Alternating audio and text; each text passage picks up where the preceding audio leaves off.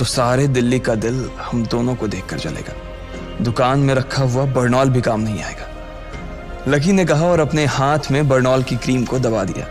जैसे ही उसने क्रीम को दबाया, उसका क्रीम बाहर आ गई। अबे गधे, क्या कर रहा है? वो कोई स्पंज की गेंद है क्या जो उसे दबा रहा है? दुकान के मालिक ने उससे फटकारते हुए कहा और उसके सर पर एक चपत लगा दी। Sorry sir. लकी ने अपना सिर बचाते हुए कहा। वो खरोल बाग में स्थित एक छोटी सी मेडिकल स्टोर पर काम करता था। उसकी दुकान का नाम था चमन मेडिकल स्टोर और उसके ओनर का नाम था चमन लाल। लकी पिछले 5 साल से इन्हीं की दुकान पर काम कर रहा था। यहाँ इस छोटी सी शॉप पर काम करना उसकी मजबूरी थी। लाइफ में कंगाली की वजह से उसे कॉलेज में पढ़ाई पूरी करने के लिए पार्ट टाइम जॉब करना था। उसने कई अच्छी जगह अच्छी तनख्वाह की नौकरी ढूंढी पर नहीं मिली और वो इस मेडिकल स्टोर पर ही अटक गया। गधे, अब इसके पैसे क्या तेरा बाप भरेगा? कटेगा। इसका पैसा भी तेरी तनख्वाह से कटेगा और एमआरपी से डबल रेट में कटेगा। चमन ने अपने दांतों को किचमिचाते हुए कहा। गुस्से की वजह से उसकी नाक फूल गई थी और लकी की सांसें। उसने घबराते हुए ओनर से पूछा, एमआरपी से डबल क्यों सर जी? ताकि अगली बार से ऐसी कोई हरकत करने से पहले तू डबल बार सोचे। चमन ने कहा और उसके हाथ से ट्यूब छीन ली। उसका जी तो चाह रहा था कि वो लकी की खोपड़ी पर एक और बार अपना हाथ साफ कर ले, लेकिन उससे पहले ही दुकान का फोन बजने लगा। फोन की घंटी बजते ही लकी को वहां से निकलने का मौका मिल गया और वो भागते हुए फोन उठाने के लिए चला गया। हेलो जी, करोल बाग के बेस्ट मेडिकल चमन मेडिकल स्टोर से बोल रहा हूँ, बताइए क्या काम था? ये लकी की पेटेंट लाइन थी। चाहे कहीं से भी फोन आए, लेकिन उसे फोन पर बस यही बोलना था। जैसे ही इधर लकी ने अपनी बात कही, उधर से जवाब आया, मैं ब्लूमिंग नाइट होटल के कमरा नंबर 303 से बात कर रहा हूँ। एक छोटा सा ऑर्डर है, नोट करो और जल्दी से होटल पर डिलीवर करवा दो। वो एक लड़के की आवाज थी। उसकी आवाज में काफी भारीपन और एक अजीब सी जल्दबाजी थी। जैसे ही लकी ने वो आवाज सुनी, पता नहीं क्यों उसे वो आवाज जानी पहचानी सी लगी। जी सर, बताइए आपका क्या ऑर्डर है? हाँ तो लिखो, हार्ट प्ले के 2 पैकेट और 1 पैकेट टिश्यू। लकी, जो कि अपना पेन लेकर खड़ा था, हार्ट प्ले का नाम सुनते ही झिझक गया। असल में हार्ट प्ले नाम का एक कंडोम आता था और इसलिए उसका नाम सुनते ही लकी शर्मा गया था। इतने साल से भी मेडिकल की स्टोर पर काम करने के बाद उसे इन चीजों का नाम सुनने में शर्म आती थी। हेलो भाई, लिखा कि नहीं लिखा? उस आदमी ने फिर से लकी से पूछा। जी सर, लिख लिया सर, लिख लिया। लकी ने खिसिया कर हंसते हुए कहा। लिख लिया तो फिर लेकर निकल, उस लड़के ने कहा। उसकी आवाज सुनकर ना जाने ऐसा क्यों लग रहा था कि वो बहुत बड़ा आदमी था। जी सर, मैं सर, लेकिन सर बाहर तो बारिश हो रही है, लकी ने कहा। उसने देखा कि बाहर बहुत तेज बारिश हो रही थी। उनकी दुकान के सामने पानी भर गया था और तेज हवाओं की वजह से चमन मेडिकल स्टोर का बोर्ड भी गिर गया था। लकी को लग रहा था कि वो इतनी तेज बारिश में अभी एकदम से तो नहीं निकल पाएगा, तो उसने उस लड़के को समझाते हुए कहा, सर मैं ऑर्डर तो ले आऊंगा पर थोड़ा टाइम लग जाएगा, बारिश थोड़ी थम जाए आप। इससे पहले कि वो कुछ आगे बोल पाता, फोन पर लड़का बोल पड़ा। तुम्हारे मालिक को पता है कि तुम मल्होत्रा जी के लड़के को मना कर रहे हो? हाँ पता है, बारिश हो रही है, इसलिए सारा सामान अच्छे से थैली में पैक करके लाना और लेट नहीं होना चाहिए, समझे? उस लड़के ने कहा और इससे पहले कि लकी आगे कुछ कह पाता, उसने फोन काट दिया। उधर से लकी के दुकान का ओनर उसे घूर कर देखा जा रहा था। लकी के हाथ में पेन और पेपर देखकर ही वो समझ गया था कि उसके पास कोई ऑर्डर आया था। आज वैसे भी इतनी बरसात होने की वजह से सुबह से इक्का दुक्का ग्राहक ही दुकान पर आए थे। ऐसे में उसकी दुकान का मालिक एक भी ऑर्डर को छोड़ना नहीं चाहता था। वो लकी को देख रहा था और लकी बारिश की ओर देख रहा था। बारिश का बहाना नहीं चलेगा, जाना पड़ेगा, चमन लाल ने कहा।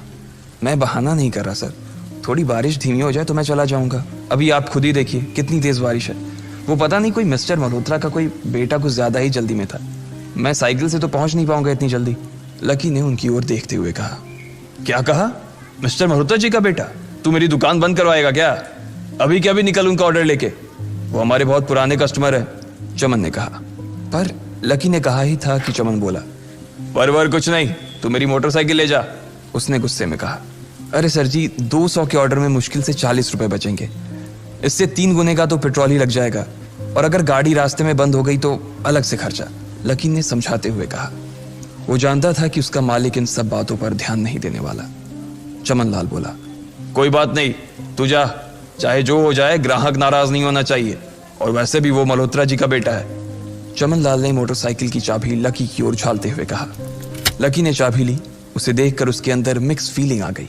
एक तो वो बहुत खुश हुआ कि बड़े दिनों बाद बाइक चलाने को मिलेगी, पर वहीं दूसरी तरफ दुखी इसलिए हुआ कि बाइक मिली भी तो ऐसी तेज बारिश में, अगर खराब हो गई तो इसकी चपत भी उसके सिर पर ही पड़ेगी। वो मुंह लटकाकर रेनकोट और हेलमेट पहनते हुए वहां से निकल गया। बाहर आकर बाइक को देखा तो लकी ने मन में सोचा, चलो ठीक है, जो होगा देखा जाएगा, कम से कम बाइक तो चलाने को मिल रही है। दरअसल लकी इतने साल काम करने के बाद भी अपने लिए एक मोटरसाइकिल नहीं ले पाया था। लकी की तनख्वाह ही इतनी भर थी कि सिर्फ उसके कमरे का किराया, उसकी साइकिल में डालने वाली हवा का खर्च, बिजली पानी का बिल और डिम्पल के साथ महीने में 1-2 बार बाहर खाने का खर्चा ही निकल पाता था। उसे डिम्पल की कही बात अक्सर याद आती थी, लकी अगर अगले 2 महीने में तूने बाइक नहीं खरीदी ना तो मैं तेरे से ब्रेकअप कर लूंगी, देखना। असल में डिम्पल को लकी के साथ बाइक पर घूमने की बड़ी तमन्ना थी। लकी की इस उजाड़ जिंदगी में एक वही तो थी जिसके लिए जिंदा रहने को उसका जी चाहता था। जब भी वो उससे बाइक की बात करती तो लकी डिम्पल की इस बात को हंसकर टाल देता था। वो अपने मन में इस बात को अच्छे से जानता था कि डिम्पल उससे बहुत प्यार करती थी और वो उससे कभी छोड़ कर नहीं जा सकती थी। वो दोनों एक दूसरे में ऐसे घुले मिले थे जैसे बादल बरसात में घुल जाती है। लकी को डिम्पल बहुत पसंद थी और वो उसके लिए दुनिया जहां की खुशियां खरीद कर ला देना चाहता था। वो चाहता था कि एक दिन वो डिम्पल को प्लेन में बैठाए, लेकिन उसके ये सब ख्वाब इस कम तनख्वाह की नौकरी की वजह से कभी पूरे नहीं होने वाले थे। पर आज उसके पास एक मौका था। वो डिम्पल को अपने साथ इस बारिश में राजपथ घुमाना चाहता था। वो उसे दिल्ली दिखाना चाहता था। चमनलाल को देने के लिए उसने पहले से ही बहाना सोच रखा था। बस जल्दी से वो ये डिलीवरी देकर सीधे डिम्पल के पास ही जाने वाला था। उसने होटल ब्लूमिंग नाइट के बाहर मोटर बाइक पार्क की और सीधे होटल के अंदर चला गया। लकी ने रिसेप्शन पर पहुंचकर नमस्ते करते हुए रिसेप्शनिस्ट को बोला, जी मैं चमन मेडिकल स्टोर से आया हूँ, रूम नंबर 303 का ऑर्डर था सर।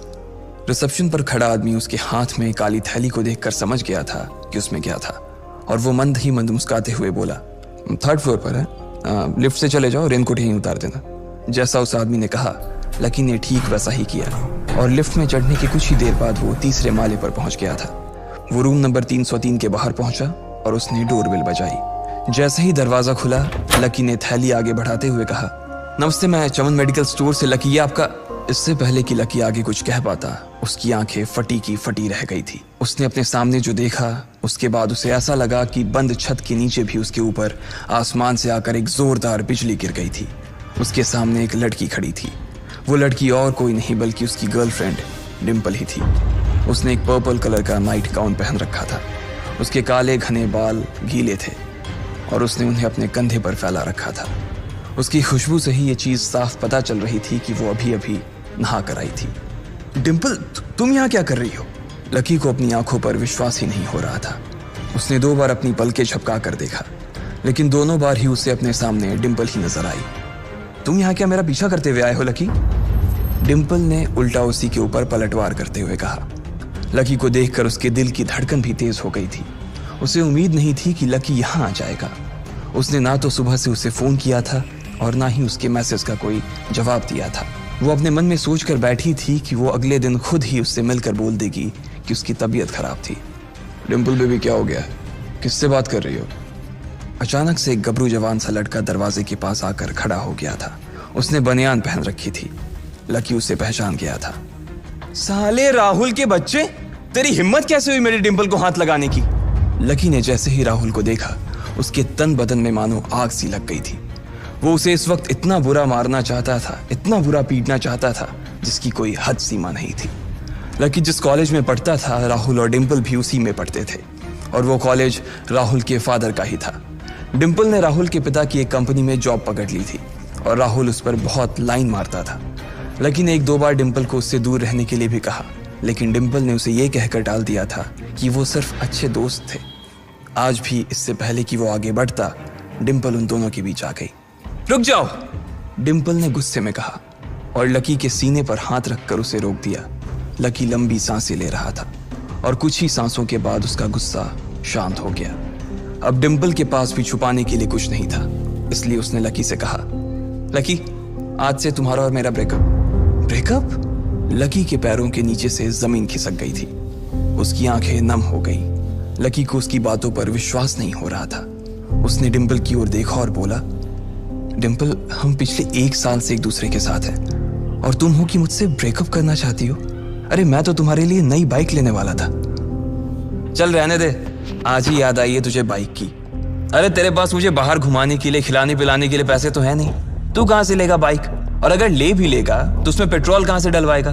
तेरी 8,000 रुपए महीने की नौकरी, उसमें होगा ये सब? लोग हंसते हैं मेरे ऊपर जब मैं सरोजनी में तेरे साथ घूमती हूँ। मैं ऐसी लाइफ नहीं जीना चाहती लकी। मैं तेरी तरह गरीब नहीं रहना चाहती। तूने मुझे फंसाया था, उल्लू बनाया था तूने मुझे, इसलिए मैंने राहुल से मैचअप कर लिया है। आज से यही मेरा बॉयफ्रेंड है, डिम्पल ने गुस्से में कहा। अच्छा तो बेबी ये है तुम्हारा वो बेकार सा एक्स बॉयफ्रेंड? राहुल ने पूछा और डिम्पल के बगल में आकर खड़ा हो गया। फिर उसने लकी के हाथ से थैली उठाई और उसमें से हार्ड प्ले का पैकेट निकालकर उसे चिढ़ाने के लिए उसे हवा में लहराने लगा। बाप रे, इससे बदकिस्मत इंसान इस दुनिया में और कौन होगा? राहुल ने उसकी टांग खींचते हुए कहा। लकी के पास उसकी बात का कोई जवाब नहीं था। उसने गुस्से से डिम्पल की ओर देखा और अपनी हाथों की मुट्ठी भींच ली। फिर वो वहां से निकल गया। अबे पैसे तो ले जा, सब कुछ फ्री में देता जाएगा क्या? राहुल ने जोर से ठहाके लगाते हुए कहा। लेकिन लकी बिना उसकी बात सुनते ही निकल गया। उसके दिमाग में डिम्पल के कहे शब्द गूंज रहे थे। उसने कभी सपने में नहीं सोचा था कि डिम्पल उसके साथ कुछ ऐसा भी कर सकती थी। जिस इंसान के लिए वो इतना कुछ करना चाह रहा था, उसे उसकी कोई कदर ही नहीं थी। लकी इतना हताश हो गया था कि बुरी तरह से रोने लगा। इस बार वो लिफ्ट से नहीं बल्कि सीढ़ियों से नीचे उतरा और एक ही एक सीढ़ी उतरने के साथ उसके आंसू आंखों से छलकते जा रहे थे।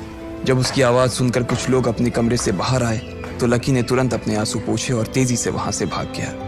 उसे जिंदगी में पहली बार प्यार हुआ था और पैसों की कमी की वजह से ना सिर्फ उसका प्यार बल्कि उसकी पूरी जिंदगी बर्बाद हो गई थी। लकी जैसे ही बाहर आया तो उसने देखा कि बाहर अंधेरा हो गया था। आसमान में तेज बिजली कड़की और बारिश जो थमी थी एकाएक फिर से झमाझम बरसने लगी। ये देख लकी के थमे हुए आंसू एक बार फिर से छलक गए। उसका दिल बुरी तरह से टूट चुका था, लेकिन उसे इस बात की खुशी भी हो रही थी। आखिर आज उसे डिम्पल का असली चेहरा नजर आ गया था। वो तो उसके साथ घर बसाने की सोच रहा था, लेकिन अच्छा हुआ कि उसने पहले ही उसका घर बर्बाद होने से बचा लिया। लकी को दुख तो बहुत हो रहा था, पर उसे यह भी लग रहा था कि उसे आगे चलकर यही दुख उसे खुशी देने वाला था। लेकिन एक चीज थी जो लकी को परेशान कर रही थी, वो थी उसकी माली हालत। उसकी जेब इतनी तंग थी कि उसे फटी हुई जेब की पैंट पहनकर घूमना पड़ता था। कभी कभी तो लकी सिर्फ रोटी खाकर दिन काट लेता था। वो कब से कोशिश कर रहा था कि कोई अच्छा काम पकड़ सके, लेकिन उसे कोई काम देने को राजी नहीं था। उसने टूटे हुए दिल को दिलासा देते हुए मन में सोचा कि डिम्पल पर खर्च होने वाले पैसे बच जाने से शायद उसके हालत सुधर जाएंगे। पर फिर भी वो रातों रात रईस नहीं हो जाने वाला था। उसने ऊपर आसमान की ओर देखा और जोर से चिल्लाया, अगर इतना ही अनलकी बनाना था तो फिर नाम लकी क्यों रखा भगवान? वो जितनी जोर से चिल्ला सकता था उतनी जोर से चिल्लाया। उसकी आवाज से आसपास खड़े लोग एक बार तो डर गए थे। लकी ऊपर ही देख रहा था और उसके आंसू बारिश के पानी के साथ मिल गए थे। जैसे ही वो फूट कर रोने को था, तभी उसके फोन पर एक मैसेज आया। जैसे ही लकी ने अपना फोन निकालकर उस मैसेज को पढ़ना शुरू किया, उसकी तो आंखें ही चमक गई। अचानक उसके आंसू हंसी में बदल गए और वो जोर जोर से वहीं सड़क पर नाचने लगा।